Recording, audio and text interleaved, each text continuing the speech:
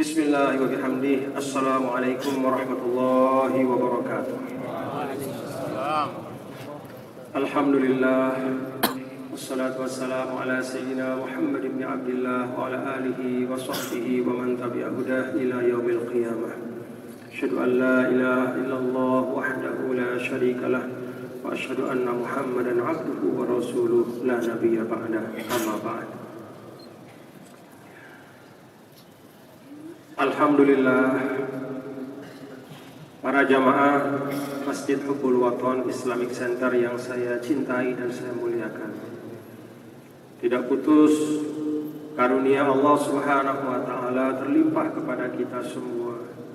Sehingga pada hari Jumat ini, setelah Allah Subhanahu wa taala berkenan untuk menyimak doa-doa kita dan insya Allah menerima sholat kita dapat lanjutkan dengan modal kesehatan, keafiatan, iman dan Islam yang Allah Subhanahu wa taala berikan.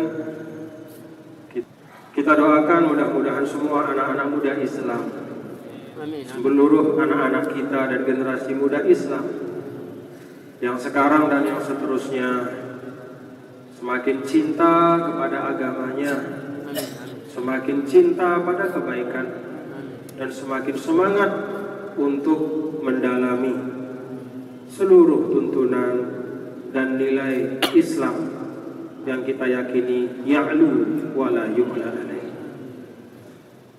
Bapak-bapak dan saudara sekalian, saya diminta untuk memimpin pengajian tafsir.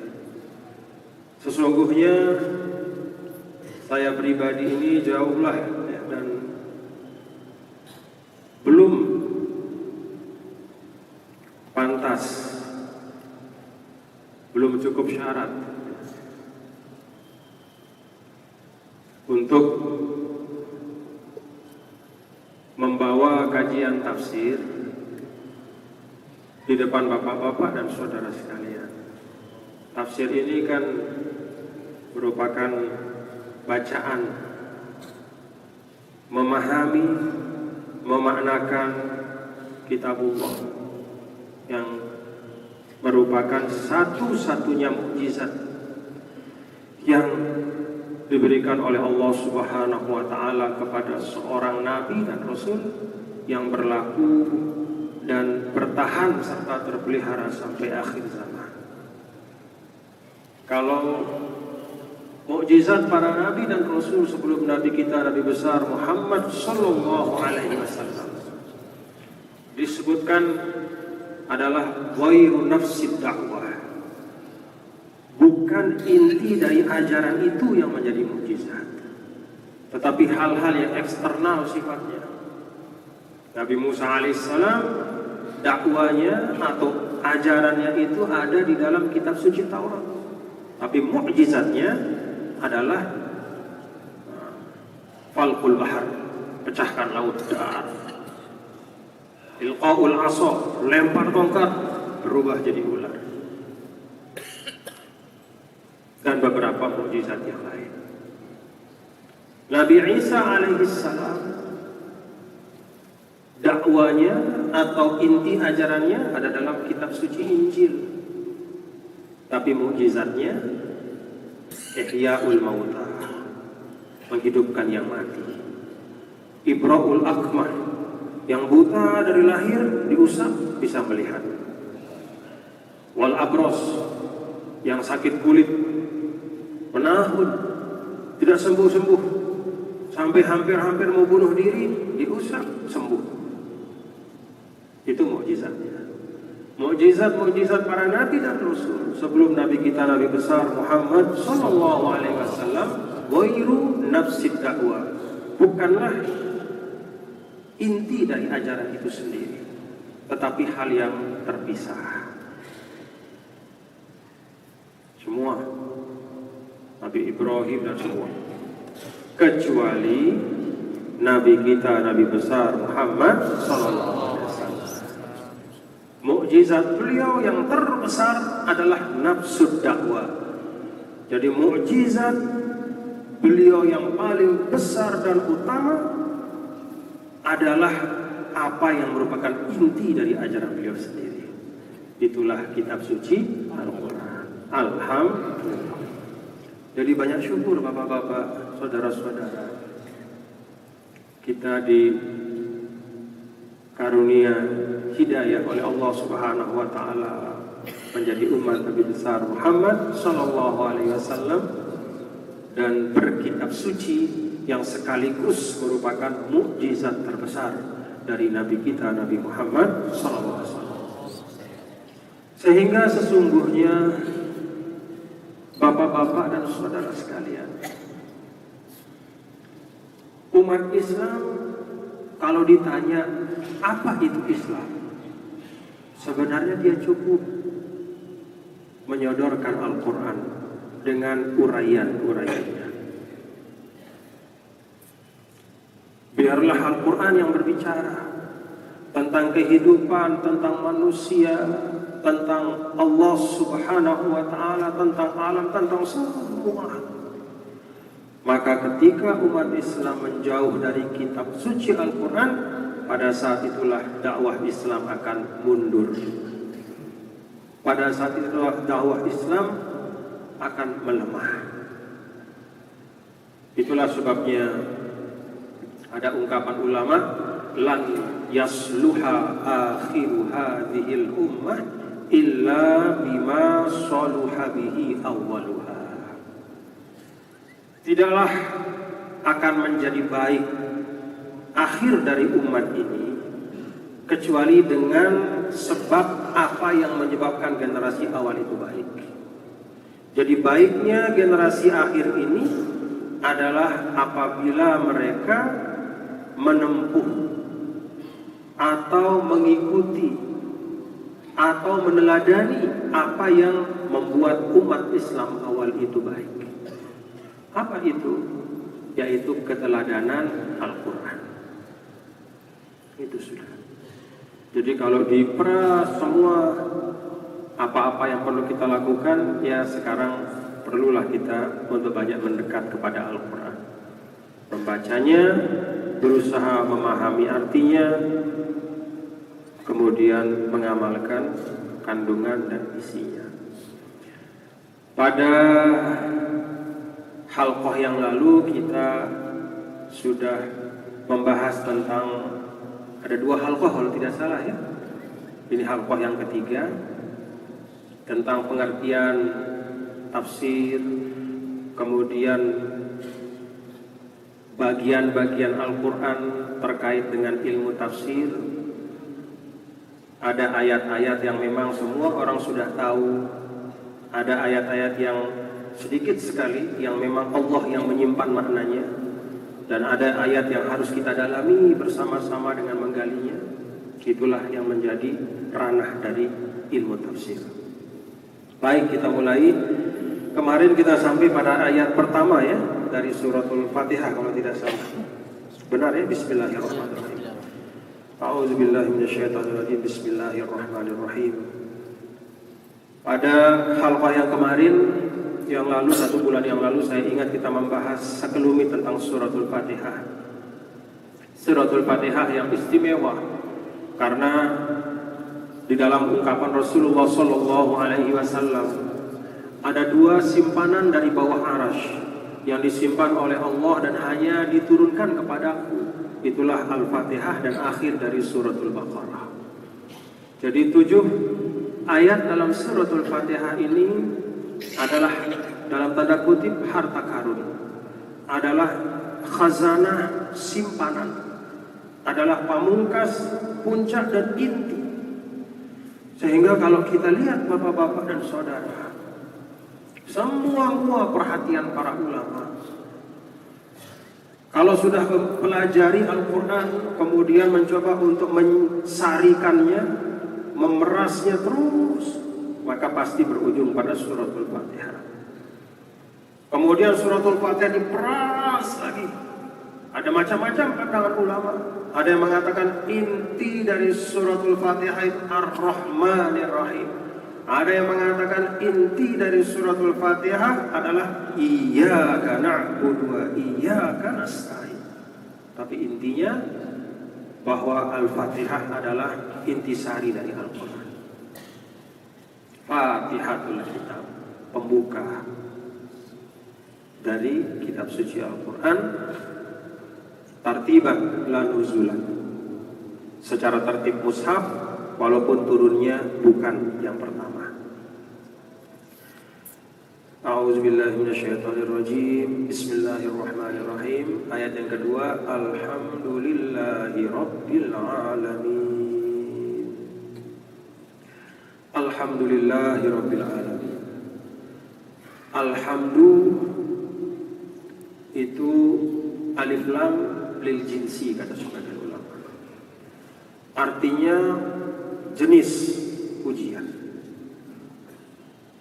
Seperti kita mengatakan al-insan, manusia. Jadi segala sesuatu yang masuk dalam kategori pujian lillah. Segala macam pujian lillah. Alhamdulillah, segala puji milik Allah. Segala puji milik Allah. Para ulama menyebut bahwa bapak-bapak dan saudara, dalam rangkaian Alhamdulillah ini ada beberapa hal yang memperkuat makna kekhususan pujian itu hanya milik Allah Subhanahu wa Ta'ala. Yang pertama, alif lam pada alhamdu lil jinsi. Kemudian lam pada lillahi. Lam pada lillahi itu lil ikhtisas, kata ulama. Sebagian mengatakan lil istighraq. Yang lebih kuat lil ikhtisas. Lil ikhtisas itu artinya khusus, terkhususkan. Kalau lil jinsi dan lil istighraq ini bergabung dalam satu redaksi, maka maknanya adalah kalau lil jinsi dan lil ikhtisas ini bergabung dalam satu redaksi, maka maknanya adalah istighraq, tidak ada yang lepas. Jadi segala macam bentuk pujian tidak ada yang lepas, semuanya milik Allah Subhanahu wa Ta'ala. Itulah sebabnya bapak-bapak saudara sekalian, di dalam karangan para ulama itu sering kita membaca. Ulama itu kalau menulis pertamanya alhamdulillah haqqa hamdi wassalatu wassalamu ala rasulillah Muhammad dan seterusnya. Kenapa ulama menuliskan alhamdulillahi haqqa hamdi? Karena memang manusia seringkali walaupun lidahnya mengucap alhamdulillahi rabbil alamin pada saat dia mendapatkan satu nikmat, tapi sering di dalam hatinya ada perasaan bahwa nikmat itu sampai juga karena jerih payahnya sendiri. Itu samar dalam diri kita. Semua seperti itu. Itu sebabnya di dalam suratul Fatihah ini betul-betul diikhtisoskan, diistighraqkan, dikhususkan, dicakupkan segala macam pujian untuk mendidik kita. Bahwa jangan sampai ketika kita menerima karunia Allah Subhanahu wa Ta'ala apapun itu, entah itu kita merasa mendapat kepahaman setelah diajar, mendapat gaji setelah bekerja, mendapat makan setelah kita masak, alhamdulillah. Mendapat untung setelah berdagang. Tidak jarang begitu kita selesai berdagang ada untung, alhamdulillah. Tapi dalam hati, oh ini juga jadi payah saya. Ini juga karena saya lelah berdagang hari ini. Ini karena keringat saya. Maka bersyukur kepada Allah Subhanahu wa Ta'ala, mengucap alhamdulillahi rabbil alamin, itu bukan sesuatu yang mudah, perlu dipelajari. Membutuhkan pembersihan, pengingatan terus. Maka seperti kata ulama, manusia dibuka tuntunannya di dalam kitab suci Al-Quran ini ketika dia hidup di dunia dengan hamdalah, alhamdulillahi rabbil alamin. Dan nanti selesai di surga pun ucapan manusia yang terakhir adalah anil hamdulillahi rabbil alamin. Jadi hidup kita ini hanya belajar bersyukur, Bapak-bapak. Hidup kita ini betul-betul hanya belajar bersyukur.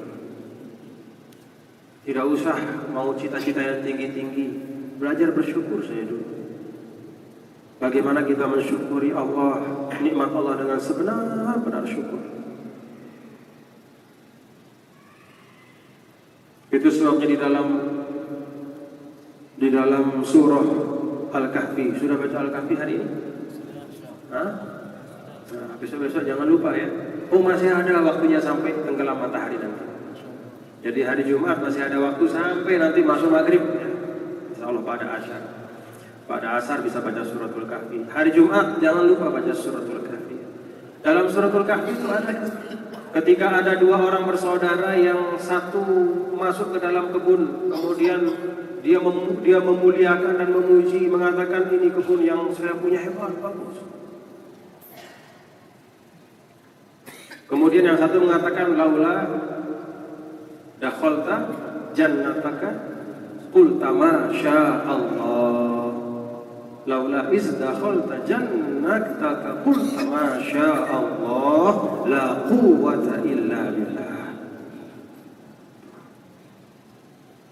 Jadi ketika yang satu melihat temannya memuji dan memamerkan karunia Allah yang besar kepadanya, diingatkan oleh sahabatnya yang satu, laula irdakhalta jannataka qulta ma sya Allah la quwwata illa billah. Kalau saja engkau masuk ke dalam kebunmu yang bagus ini dengan melepaskan rasa sombong dari dirimu, rasa sombong dan keyakinan bahwa kebun ini menjadi subur karena jerih payahmu, tapi kembalikanlah semuanya kepada Allah Subhanahu wa taala, niscaya akan lebih baik. Hidup kita adalah pelajaran tentang bersyukur. Alhamdulillahi rabbil alamin.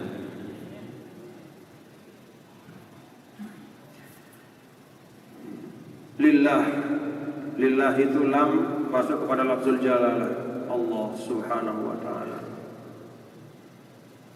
Ismun lidzat wajibil wujud al-mustahiq lil ibadah. Allah Subhanahu wa taala itu nama bagi zat yang tidak ada yang pantas untuk disembah kecualinya, yang menciptakan kita, yang menciptakan segalanya. Ada ulama yang mengatakan bahwa Allah itu dari kata ilah. Ilah itu dari kata alaha. Alaha artinya abada. Abada artinya menyembah. Kenapa Allah Subhanahu wa taala dinamakan Allah Subhanahu wa taala? Karena dia disembah. Baik. Ada juga yang mengatakan dari walaha. Walaha bermakna tahayyara wa sakana. Tahayyara itu artinya bingung, resah, galau. Kenapa? Karena manusia itu kalau sedang resah galau pasti kembalinya kepada Allah. Kalau sudah senang lupa kepada Allah. Jadi dari ulama dari zaman dulu sudah ketahuan karakteristik manusia ini. Jadi bahkan sebagian ulama mengatakan ya dari situlah ditarik nama lafzul jalalah itu. Karena zat itu adalah zat yang kalau manusia dan makhluk itu tahayyara, dia resah, gelisah, galau, susah, merujuk kepadanya, lari beribadah. Tapi kalau sudah senang, lupa.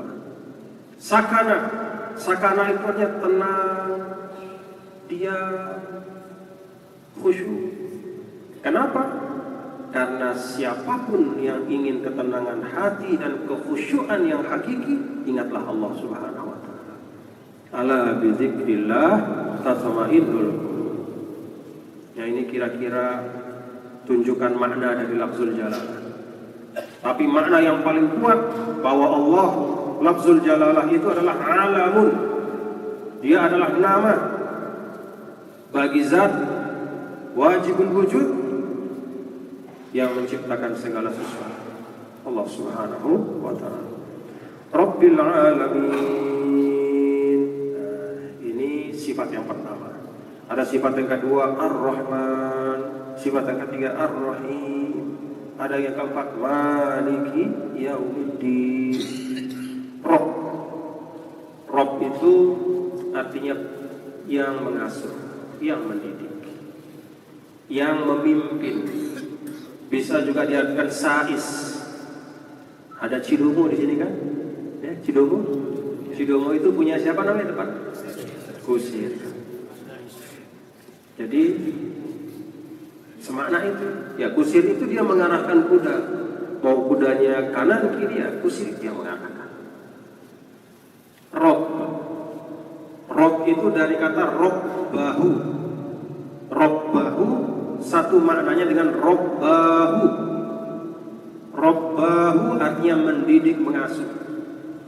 Dalam kata rob bahu itu ada makna proses tansyi'atu syai'an fa syai'an, yaitu menumbuhkan sesuatu sedikit demi sedikit, menciptakan sesuatu melalui proses demi proses, meletakkan manusia dan makhluk-makhluknya di dunia dan memberikan kepada mereka sejarah masing-masing dalam bentuk perjalanan hidup yang panjang.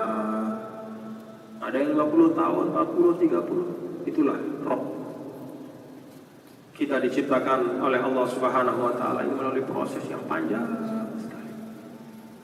Di dalam perut ibu kita dalam proses yang panjang sampai 9 bulan.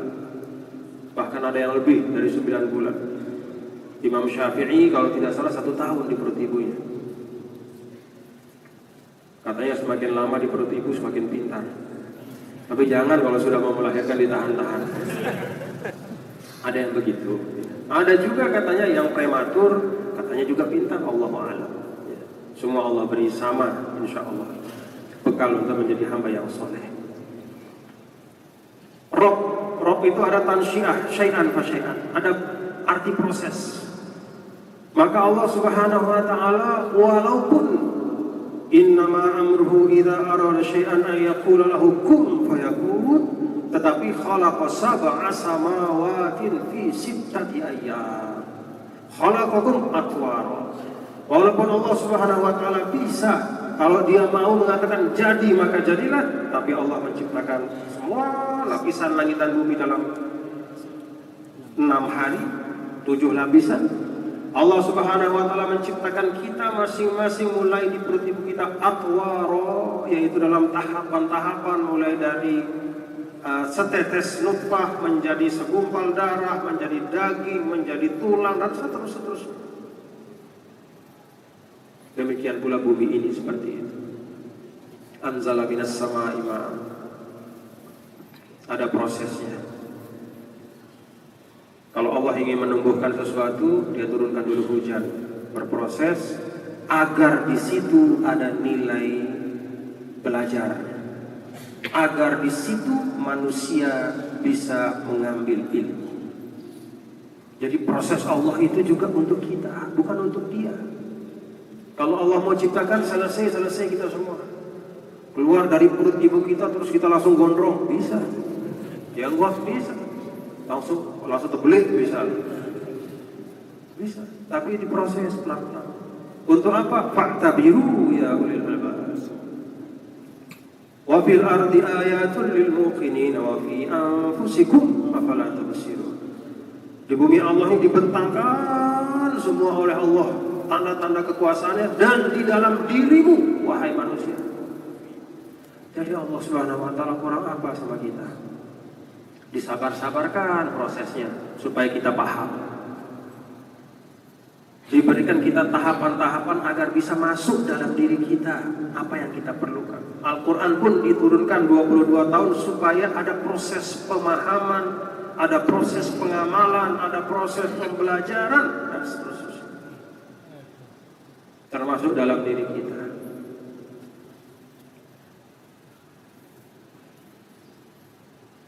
Alhamdulillah. Dalam diri manusia itu katanya ada 60 triliun sel.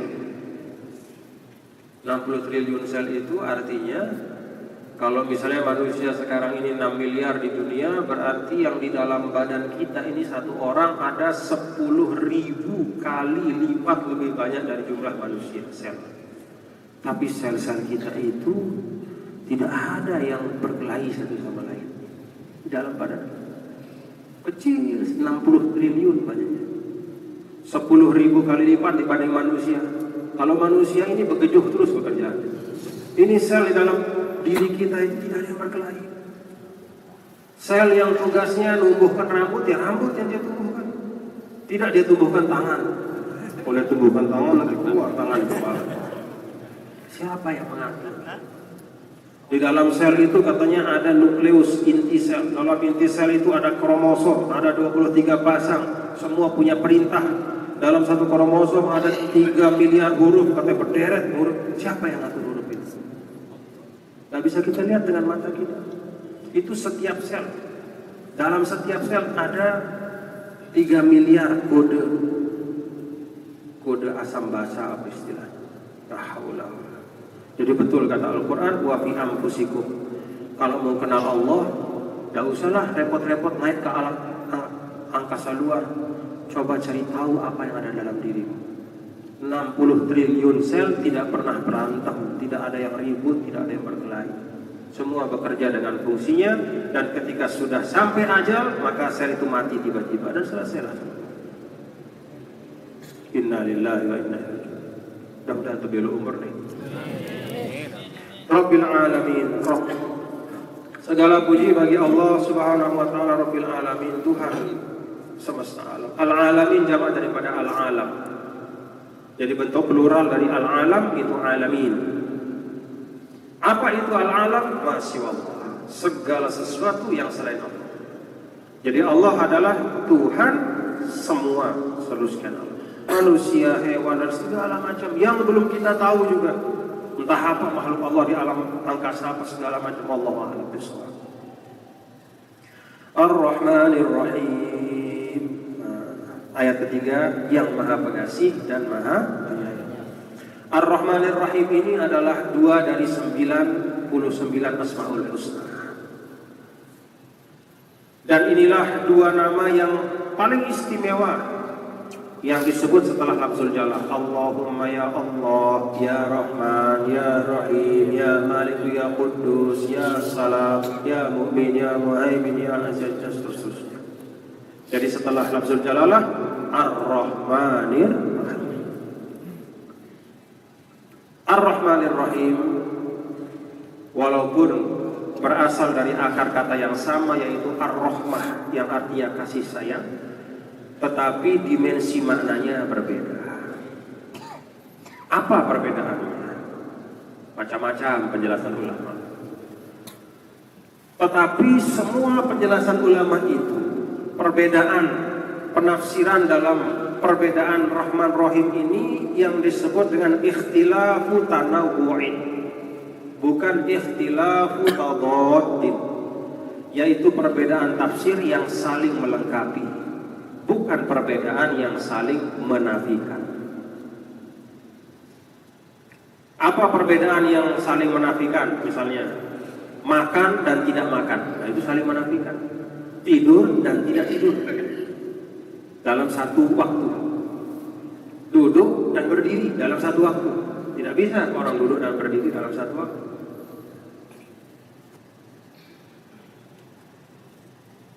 Perbedaan Ar-Rahmanir Rahim adalah perbedaan tanawwu', yaitu saling melengkapi. Ada ulama yang mengatakan perbedaannya adalah, ini kata sebagian ulama, Ar-Rahman itu berkaitan dengan nikmat-nikmat yang besar. Al-Mun'im bijala'ilin ni'am, nikmat yang besar. Ada nikmat matahari, bulan, bumi, bintang, dan yang besar-besar. Siang dan malam, langit, lautan yang maha luas yang terbentang. Ar-Rahman menunjuk kepada yang memberikan nikmat-nikmat yang besar. Sedangkan Ar-Rahim adalah Al-Mun'im bidaqaiqin ni'am, yaitu Allah yang memberikan nikmat yang halus. Nikmat itu tidak bisa kita lihat tapi bisa kita rasakan. nikmat ketenangan. Pernah lihat ketenangan? Sudah, bisa kita rasakan. Nikmat kekhusyuan.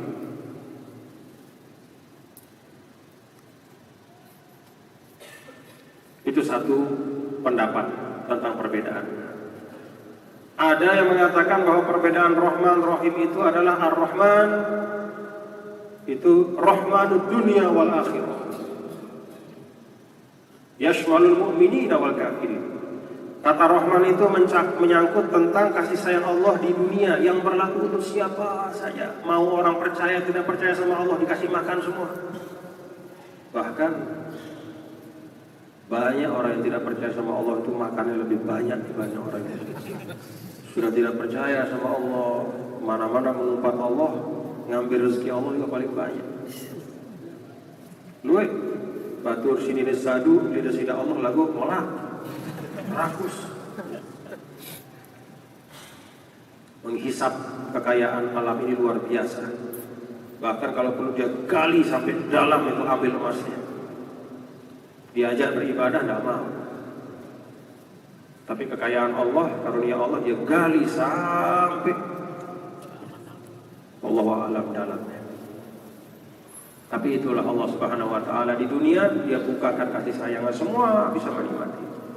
Sedangkan Ar-Rahim itu menyangkut kasih sayang dan nikmat yang khusus nanti di akhirat untuk orang-orang yang beriman. Nah, itu pendapat sebagian ulama tentang perbedaan Rahman dan Rahim.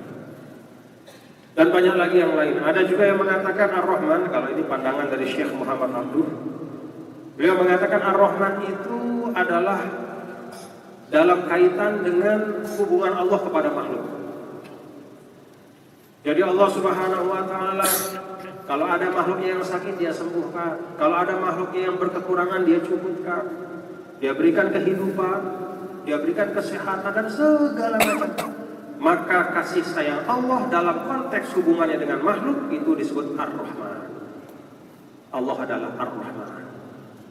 Sedangkan kata Ar-Rahim itu menyangkut sifat yang ada pada zat Allah itu. Dengan sifat Ar-Rahimnya itulah maka dia menjadi Ar-Rahman. Jadi intinya sama, kasih sayang, cinta.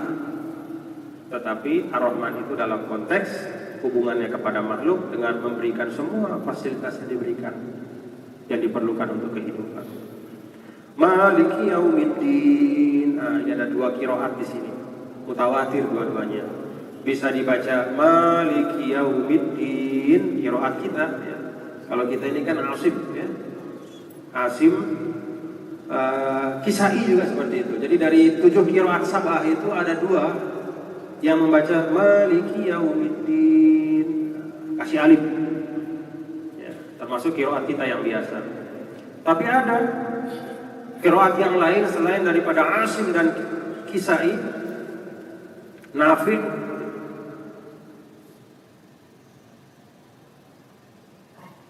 dan qurra sabah yang lain itu tidak pakai alif. Maliki yaumiddin.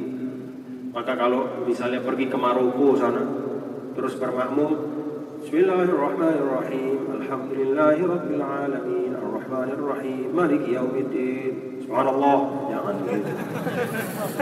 Nanti bingung imamnya. Karena memang qiraatnya begitu. Atau bisa jadi nanti tiba-tiba ada imam di depan kita yang membaca Maliki yaumiddin, jangan disubhanallahkan. Karena itu qiraat mutawatir. Dua-dua qiraat ini dari Nabi kita, Nabi besar Muhammad SAW. Apa beda Malik dan Malik? Nah, ini tentu ada diskusi. Kalau Malik itu artinya yang memiliki, yang punya. Jadi Maliki yaumiddin itu artinya yang memiliki, yang menguasai hari pembalasan. Kalau tanpa alif, Maliki yaumiddin, raja. Nah, tentu kalau sudah masuk pada perdebatan mana yang lebih afdol, ya kalau kita yang pakai alif, kita bilang oh lebih bagus pakai alif. Kita kasih alasan panjang, misalnya bahwa ada ungkapan bahasa Arab ziyadatul mabna tadullu ala ziyadatil ma'na. Kalau hurufnya lebih berarti afdolnya lebih. Kalau hurufnya lebih berarti kita dapat tambahan satu kebaikan, kan begitu di dalam hadis.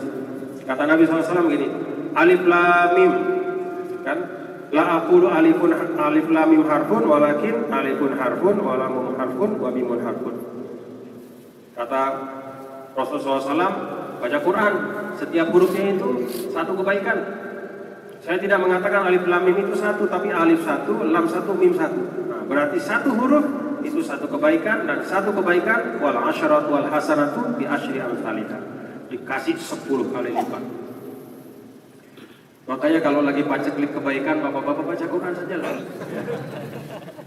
Kalau lagi misalnya hitung-hitung, saya kayaknya kemarin minggu ini belum bersedekah, ini uang agak kurang nih, baca Quran lah. Cara bersedekah kalau memang terasa agak kurang rasa kebaikan kita, ya selain sholat sunnah adalah banyak baca Quran. Karena bacaan Al-Quran itu akan mengalirkan kebaikan yang berlipat-lipat, terus satu huruf kali 10 terus kali. Nah, kalau misalnya kita Maliki Yaumiddin berarti nambah satu huruf. Kalau menurut kita inilah qiraat yang lebih bagus, karena nambah satu huruf itu artinya nambah kebaikan. Menurut kita, kalau yang mengatakan Maliki Yaumiddin tidak pakai alif, dia mengatakan raja itu lebih hebat daripada sekedar orang memiliki. Di suatu negara itu bisa banyak orang memiliki berbagai hal. Si fulan punya rumah, si ini punya kendaraan, si ini punya sawah, tapi raja cuma satu. Jadi berarti Maliki Yaumiddin lebih bagus dibanding Maliki Yaumiddin. Tapi sebenarnya tidak ada yang lebih bagus. Dua-duanya mutawatir, dua-duanya sahih, dua-duanya bersumber dari Nabi kita, Nabi besar Muhammad SAW, sah dengan derajat sah yang sama. Ya, jadi misalnya mau baca hari ini Maliki Yaumiddin boleh, mau baca besok Maliki Yaumiddin juga boleh, tapi jangan main-main. Ya, jangan main-main. Nah, kadang-kadang kan kita itu kalau ada pengajian ya, orang yang di depan itu dia membuka pengajian, dia baca qiraat macam-macam. Wadduhi, kaget. Kenapa dia bilang wadduhi bapak ini? Ya memang ada qiraat wadduhi itu. Cuma kalau kita di masyarakat ini sudah terbiasa ya, dengan qiraat yang memang sudah kita warisi, ya, qiraat katakanlah hasib misalnya yang kita biasa, terus didatangkan qiraat lain, itu akan menyebabkan tasaulat paling tidak, kalau tidak fitnah, paling tidak pertanyaan, apa ini? Ini Fatihah macam apa? Surah Ad-Duha macam apa ini? Benar enggak dia? Ini orang disehat, macam-macam orang. Jadi tidak usahlah kita buat masalah-masalah. Sama seperti kalau kita sholat subuh misalnya di masjid, ya memang di situ orang sudah kunut bertahun-tahun. Kemudian kita datang, katakanlah mazhab kita misalnya mazhab Maliki atau mazhab Hambali yang tidak menganggap kunut subuh itu sunnah. Kemudian kita jadi imam, kita tinggalkan kunut, kan begejuh orang di belakang kita. Jadi jangan, ikuti saja. Oh, ingat, yang tidak mensunnahkan kunut menganggap bahwa bermakmum pada imam yang baca kunut sah. Yang menganggap kunut itu sunnah juga menganggap bahwa bermakmum kepada yang tidak membaca kunut itu sah. Jadi Imam Syafi'i, mazhab Syafi'i menganggap sah kalau kita bermakmum kepada imam yang tidak baca kunut. Sama seperti Imam Hambali, mazhab Hanafi menganggap sah kalau bermakmum kepada imam yang membaca Quran. Jadi selama dua-duanya tidak menghilangkan kesahan sholat, selama keduanya tidak berkait dengan rukun sholat, jangan diributkan. Dan jangan menganggap diri lebih pintar dari orang dulu. Jangan datang mengatakan sekarang, oh ini ilmiah ini. Ilmiah apa Pak? Semua hadis sudah kita tahu semua. Kan dalilnya semua. Memang ada hadis yang baru keluar kemarin? Karena hadis semua sudah terbuka. Penilaian ulama terhadap hadis juga ada semua. Jadi tidak usahlah kita ributkan lagi. Oh, saya tidak baca kunut karena hadis yang tidak mensunahkan kunut itu lebih kuat. Menurut saya alasannya begini. Iya, sama. Bapak beralasan, saya juga punya alasan itu. Yang lain, yang beda, yang menunjukkan bahwa membaca kunut itu adalah sunnatun muttaba'ah, dilakukan oleh para khulafaur rasyidun. Para sahabat juga banyak sekali, sehingga tidak mungkin kalau memang itu tidak dari Rasul, bagaimana mungkin mereka amalkan? Itu kita katakan. Jadi akhirnya ribut. Jadi sudah, itu sebabnya di dalam dakwah itu namanya manahijud dakwah. Manahijud dakwah itu isinya bukan ilmu tentang dakwah, apa yang disampaikan, tapi bagaimana menyampaikannya, kapan disampaikannya. Kata Imam Ali, ma'anta bi muhadditsin qauman bi haditsin la tablughu quluhum illa kana li ba'dihim fitnah. Hei teman-teman, kata Sayyidina Ali, ingat, tidaklah kalian menyampaikan perkataan atau suatu ucapan di depan suatu kelompok masyarakat yang akal mereka tidak sampai terhadap hal itu. Ini maknanya luas, bisa jadi tidak pernah didengar, bisa jadi berbeda dengan apa yang diamalkan. Illa kana li ba'dihim fitnah, kecuali pasti akan membuat fitnah. Jadi sudah, berdakwah itu perlu kerendahan hati. Semakin banyak baca kitab, kita semakin rendah hati. Biasanya untuk guru hatam sekit kitab, gagah kita kalau baru selesai baca satu kitab. Seakan-akan kita sudah menjadi orang paling alim di kampung kita. Padahal tidak. Ilmu itu dalam, rumit, dan berliku. Jalanilah prosesnya dengan baik dan kerendahan hati. Maliki yaumiddin. Pakai bacaan yang biasa ya. Yang memiliki hari, yang menguasai hari pembalasan. Nah, ini menyampaikan dalam ayat yang keempat ini Maliki Yaumiddin, penguasa di hari akhir nanti. Padahal Allah kan juga penguasa di dunia. Mestinya Maliki dunia wal akhirah. Mestinya. Kata ulama ini, bapak-bapak, kata ulama, nanti di akhiratlah akan nyata terang benderang dan tidak ada keraguan sedikit pun, dan semua manusia akan mengakui akan kekuasaan Allah Subhanahu wa Ta'ala. Kalau di dunia masih banyak yang mengaku-ngaku kuasa. Fir'aun dulu zaman Nabi Musa, kalau di kitab-kitab katanya Fir'aun itu sekali makan satu onta. Dia tidak pernah pergi buang air kecuali sekali dalam 40 hari. Tidak pernah sakit, jangankan sakit berat, pusing saja tidak pernah. Katanya begitu di riwayat, sehingga dia merasa, kok saya hebat sekali ya. Saya tidak pernah pusing, saya lihat orang pada pusing, saya tidak pernah pusing. Itu bapak-bapak pada sakit, saya sehat terus. Saya makan, tidak pernah sakit perut, makan saya banyak sekali. Maka dia sampai pada kesimpulan, ana rabbukumul a'la. Aku sini nenek. Ini Tuhan namanya. Inna lillahi wa inna. Tuh manusia.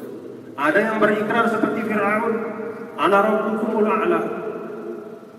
Ada juga yang mungkin lidahnya tidak mengeluarkan kata saya Tuhan, tapi perilaku dan perbuatannya seakan-akan dia Tuhan. Semau-maunya, tidak peduli apapun, menzalimi orang semau-maunya, merekayasa dan berbuat jahat semau-maunya. Kalau di dunia seakan-akan kekuasaan Allah itu berusaha untuk disaingi oleh manusia yang sombong ini, dengan kelakuannya, dengan tutur katanya, dengan kesombongannya, dengan kekuasaannya, dengan kegagahannya, dan segala di dunia. Seperti kata Namrud ya, anak uhyi wa umiit.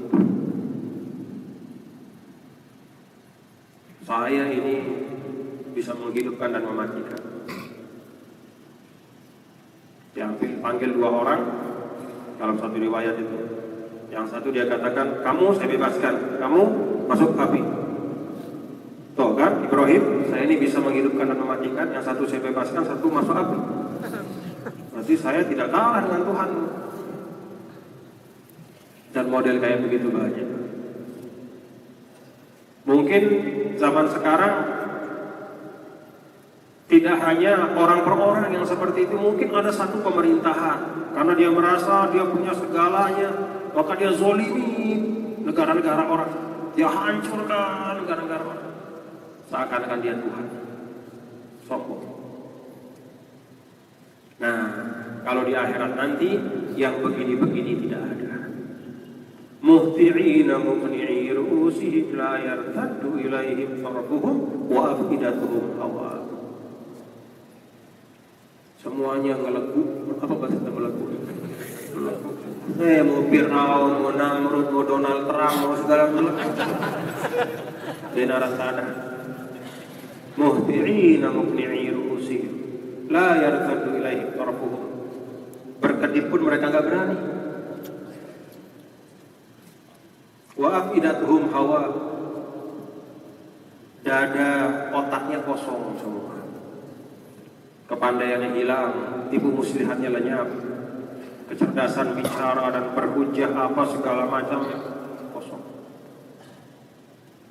Maka saat itulah limanil mulkul yaum lillahil wahidil qahhar.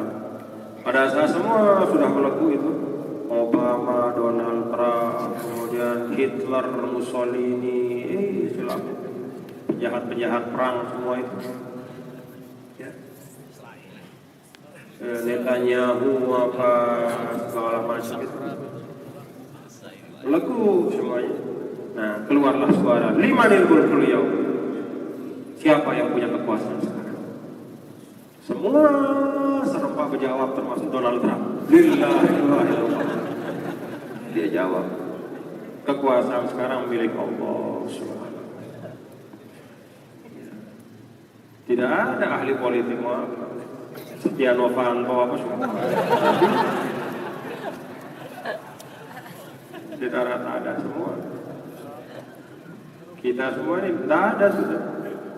Semua melekuk, sudah mengedipkan mata pun sudah tak sanggup, mengangkat kepala pun sudah tak sanggup, apalagi menongak seperti Fir'aun. Mau bicara juga mulut sudah dikunci, tangan kaki ribut minta giliran supaya bersaksi. Pikiran dan hati sudah kosong melompong. Keluar suara limanil mulkul yaum. Yang tidak bisa bahasa Arab juga bisa bahasa Arab. Lillahi. Itu namanya tau'an aukar. Jadi dibunyikan persaksiannya nanti di akhirat itu oleh zat yang paling dalam, karena semua manusia sudah dipersaksikan dulu. Alastu bi rabbikum.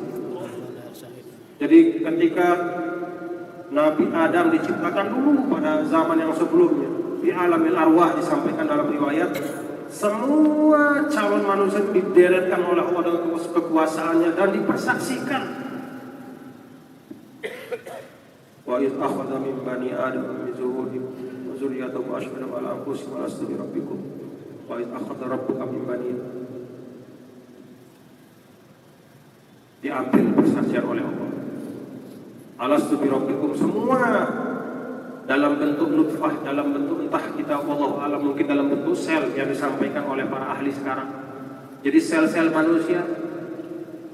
Jangan kita anggap, bagaimana caranya ya? Allah dulu katanya mengumpulkan manusia dan mempersaksikannya. Berapa banyak manusia? Oh, ternyata kan di dalam diri kita saja ada 60 triliun sel. Mungkin seperti itu. Semua kita dideretkan, dipersaksikan. Alastu bi rabbikum. Tidakkah aku adalah Tuhanmu? Bala. Syahidna taqulu yaumal qiyamati inna kunna an hadza. Kami bersaksi. Nah, nanti di akhirat itulah yang akan bunyi. Yang tidak beriman kepada Allah, yang ateis, yang mensekutukan Allah, semua akan mengatakan lillahi wa Cuman efek dari persaksian ini beda-beda. Bagi yang sebelum meninggal sempat bersyahadat la ilaha illallah Muhammadur Rasulullah, alhamdulillah. Alhamdulillah. Mudah-mudahan kita termasuk yang Iyyaka na'budu wa iyyaka nasta'in. Ad-din di situ Maliki Yaumiddin, ad-din di situ bimana al-jaza ya. Bimana al-hisab wal mujazat. Jadi din itu artinya al-hisab. Agama itu artinya hitung-hitungan. Ad-din artinya al-jaza, al-jaza itu balasan. Jadi agama itu bicara tentang hitung-menghitung. Dan hitung-menghitung itu tidak perlu orang lain, kita saja bisa menghitung diri kita. Hitung-hitunglah diri kita sudah dihitung oleh malaikat. Hasibu anfusakum qabla an tuhasabu. Ayat yang kelima, iyyaka na'budu wa iyyaka nasta'in. Iyyaka na'budu. Iyyaka lil ikhtisar.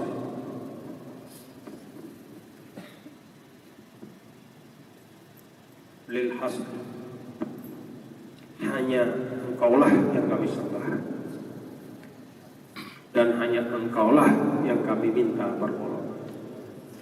Di sini ada tuntunan, ada ibadah, ada ilmu dan ada adab.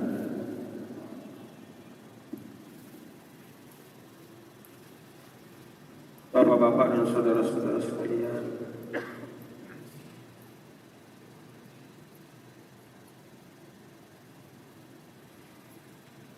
ayat kelima ini tuntunan hidup kita.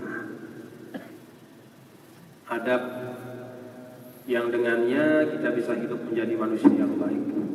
Tidak hanya dalam hubungan kepada Allah, namun juga hubungan kepada sesama manusia. Apa adab yang diajarkan di dalam ayat ini? Bahwa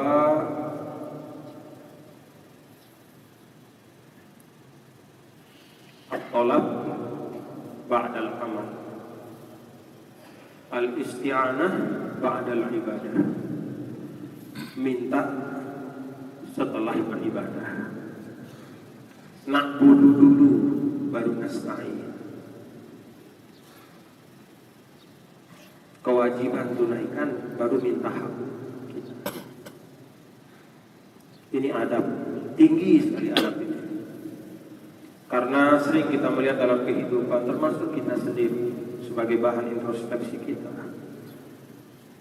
Suara-suara yang kita dengar, baik di tengah jalan, ataupun yang ditulis-tulis di koran, ataupun yang keluar dari mulut kita secara langsung, seringkali adalah seruan permintaan tentang hak-hak kita.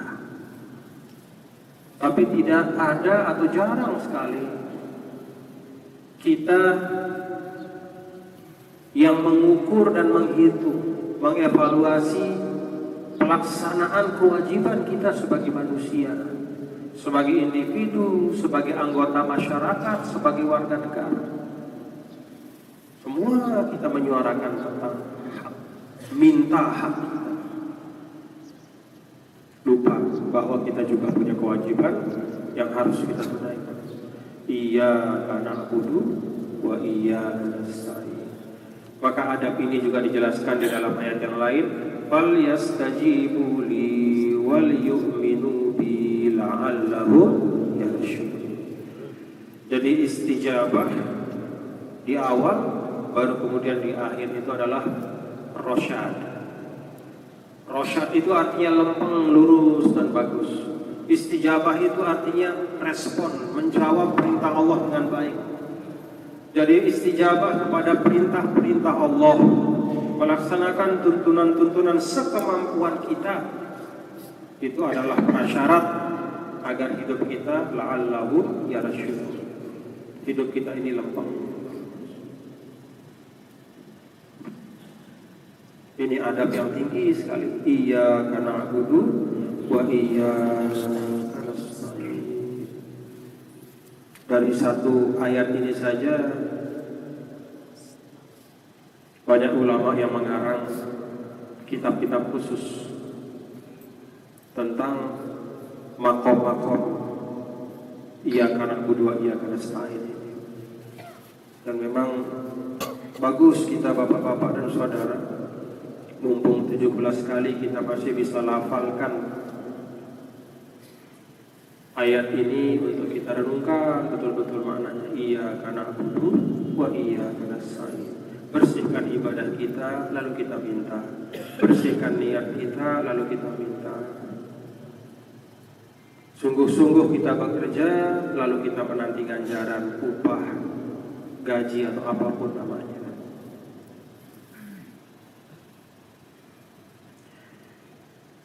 Kemudian ayat yang ke-6, ihdinas siratal mustaqim. Nah ini permintaan kita. Inilah yang kita minta. Ya Allah, tunjukilah kami jalan yang lurus. Ihdina dari kata hidayah. Apa hidayah itu? Hidayah itu irsyadul khairat qaulan wa fi'lan. Dalam ungkapan yang lain adalah latu ala khair. Hidayah itu adalah petunjuk kepada yang baik. Itu hidayah. Allah Subhanahu wa ta'ala memberi manusia itu hidayah dalam tingkatan-tingkatannya. Sebagian ulama mengatakan ada 4 tingkatan hidayah itu. Yang pertama, hidayah Allah kepada manusia dalam bentuk. Allah Subhanahu wa ta'ala memberikan segenap kekuatan yang diperlukan oleh manusia untuk bisa hidup dengan baik. Al-hawas wal quwwatul aqliyah. Panca indera dan akal budi. Ini untuk semua manusia. Jadi hidayah Allah dalam tingkatan yang pertama itu diberikan untuk semua manusia. Dengan hidayah Allah inilah maka bayi begitu keluar dia menangis karena kulitnya menangkap perbedaan antara udara di dalam perut ibunya dan di luar. Telinganya mulai bereaksi. Hidayah yang pertama ini adalah hidayah untuk survive, supaya manusia bisa bertahan hidup.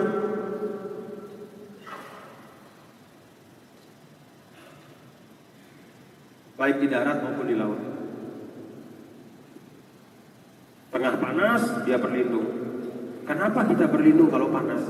Karena kulit kita itu mengirim sinyal-sinyal. Jadi ini hidayah Allah, al-hawas, panca indera dan semua saraf-saraf yang ada. Wal quwwatul aqliyah, demikian pun akal. Itu hidayah dalam tingkatan yang pertama.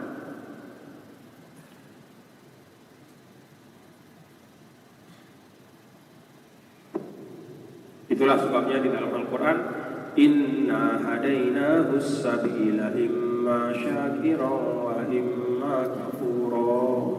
Sesungguhnya kami telah berikan dia hidayah. Hidayah itu apa? Ya ini. Semua kelengkapan, akal pikiran, panca indera. Dia kemudian punya 2 pilihan, mensyukurinya atau kufur. Kemudian ada hidayah dalam makna yang kedua. Hidayah dalam makna yang kedua itu adalah ad-du'a ilal khair wa bi'satul anbiya. Hidayah dalam artian dakwah, mengajak. Seperti dalam ayat innaka la tahdi ila siratim mustaqim. Sesungguhnya engkau Muhammad, engkau memberi hidayah dalam arti mengajak kepada jalan yang lurus. Ini juga dinikmati oleh semua. Jadi semua orang bisa menerima, artinya mendengar sampai padanya dakwah itu. Seperti halnya ajaran Islam sampai kemana-mana sekarang, lewat TV, lewat mana-mana, sampai. Kalau Rasulullah SAW, kalau Allah Subhanahu Wa Taala Islam mengajarkan ini sampai. Mungkin ada di sebagian tempat belum sampai, tugas kita menyampaikan. Ini tingkatan yang kedua. Tingkatan yang ketiga adalah hidayah dalam artian nur yaghzibuhu Allah fi qalbil insan wa wal iman. yaitu masuknya iman ke dalam hati. Nah, yang ketiga ini tidak semua orang. Ada orang dapat hidayah yang pertama, akalnya sehat, tangan kakinya lengkap, pikirannya hebat, ilmunya tinggi.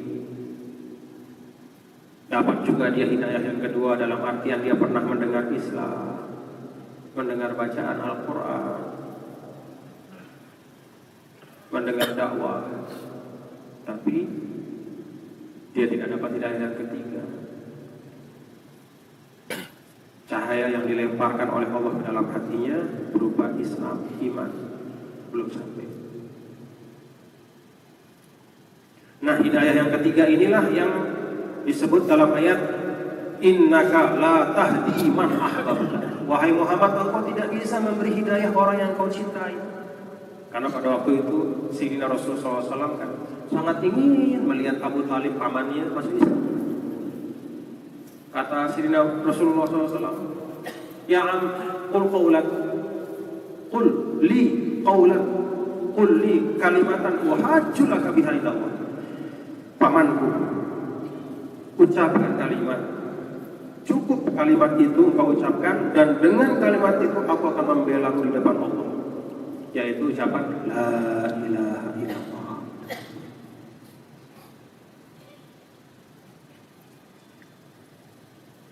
Tapi sayang, ketika apa yang dihajatkan itu tidak kesampaian, maka gundahlah Rasul Shallallahu Alaihi Wasallam, turunlah ayat innaka la tahdi man ahbabta. Sungguhnya engkau wahai Muhammad tidak bisa memberi hidayah dalam makna hidayah yang ketiga, yaitu tidak bisa memberikan hidayah ke hati seseorang memasukkan iman. Yang bisa memasukkan iman itu adalah Allah Subhanahu wa Ta'ala.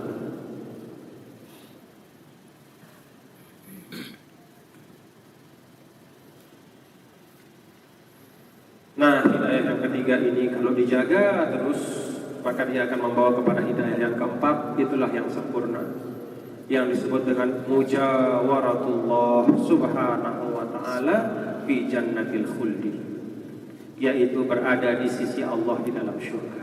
Itu hidayah yang keempat.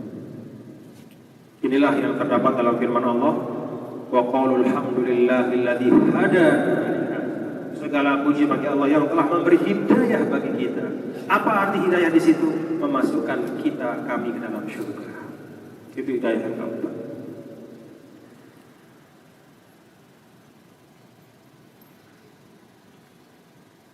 Kita bersyukur Allah Subhanahu wa Ta'ala memberi kita hidayah. Semoga seluruhnya kita peroleh. Amin ya rabbal alamin. As-siratal mustaqim, as-sirat, jalan al-mustaqim yang lurus. As-sirat itu jalan tapi tidak sembarang jalan. Jalan dalam bahasa Arab itu ada beberapa. Ada thoriq, ada syari', ada sirat, ada darb, ada haroh. Dari gang kecil, jalan setengah besar, jalan besar. Sirat adalah jalan yang sangat lebar.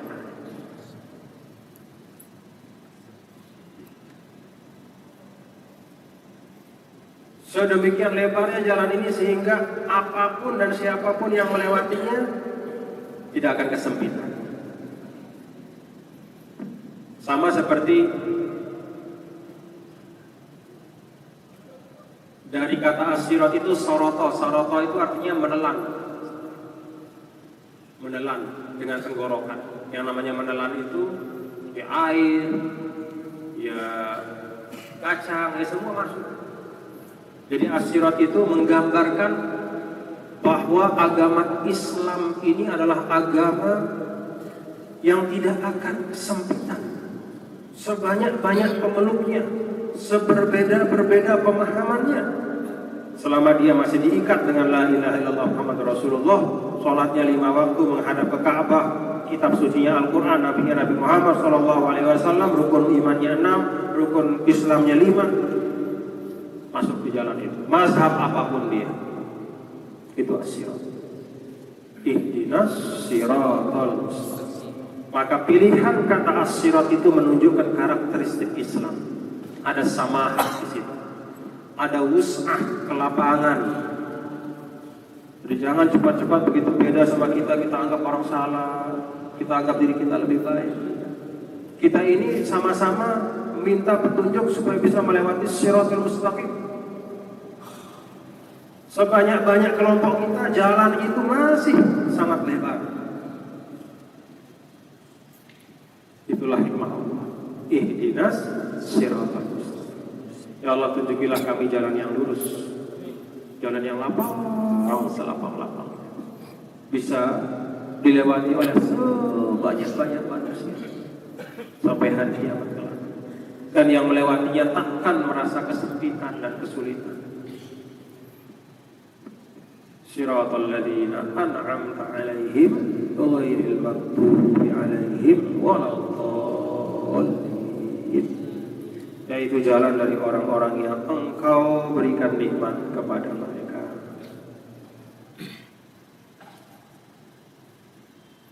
Dalam ayat yang lain, kalau tidak salah di Al-An'am, minal ladzina an'ama Allahu 'alaihim minan nabiyyin was-siddiqin wasyuhada'i was-shalihin wa hasuna ulaika rafiqa. Yaitulah jalan yang ditempuh oleh nabi-nabi, orang-orang yang jujur dan kokoh dalam imannya, orang-orang yang mati syahid, orang-orang yang saleh. Jadi Shiratal ladzina an'amta 'alaihim, jalan ini digambarkan oleh Allah dalam bentuk personifikasi orang-orang. Jalan seperti apa yang kita mau? Karena manusia itu kan sifatnya selalu terpaku pada al-mahsusat, kepada sesuatu yang sifatnya terlihat. Maka Allah Subhanahu wa ta'ala pun menggambarkan jalan itu. Jalan ini kan abstrak, tidak terlihat. Mana jalan itu? Bukan jalan seperti ini. Maka dipersonifikasi oleh Allah. An'amta 'alaihim minan nabiyyin was-siddiqin wasyuhada. Yaitu jalan-jalan yang ditempuh oleh para nabi. Begitu disebut para nabi, tergambar pada diri kita. Oh, jalannya para nabi. Bagaimana karakteristik hidup para nabi itu? Oh, nabi itu adalah orang yang istiqomah, orang yang siddiq, amanah, tabligh, fatonah. Wasyuhada, jalan dari orang yang mati syahid. Bagaimana jalan mereka? Siapa mereka itu yang mati syahid? Mereka yang mengerahkan daya upayanya, harta jiwanya untuk membesarkan agama Allah. Tergambar dalam pikiran kita. Oh, kalau kita mau dapat jalan yang begini, mendapatkan jalan yang lurus, mendapatkan hidayah yang seperti ini, maka cara hidup kita juga harus mengikut kepada cara hidup mereka. Wassolihin, yaitu jalan orang-orang soleh. Siapa orang soleh itu? Orang soleh itu orang yang tidak mau dipuji-puji oleh manusia yang lain. Orang yang berusaha memperbaiki lahir dan batinnya. Orang yang melaksanakan tuntunan agama dengan lempeng lurus tanpa mengharap pujian apapun dari manusia.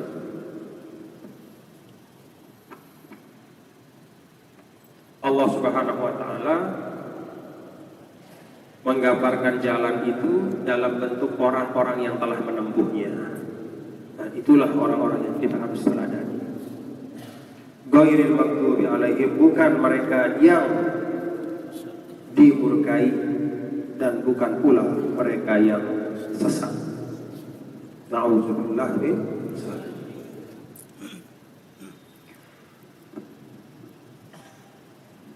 Wallahu subhanahu wa ta'ala.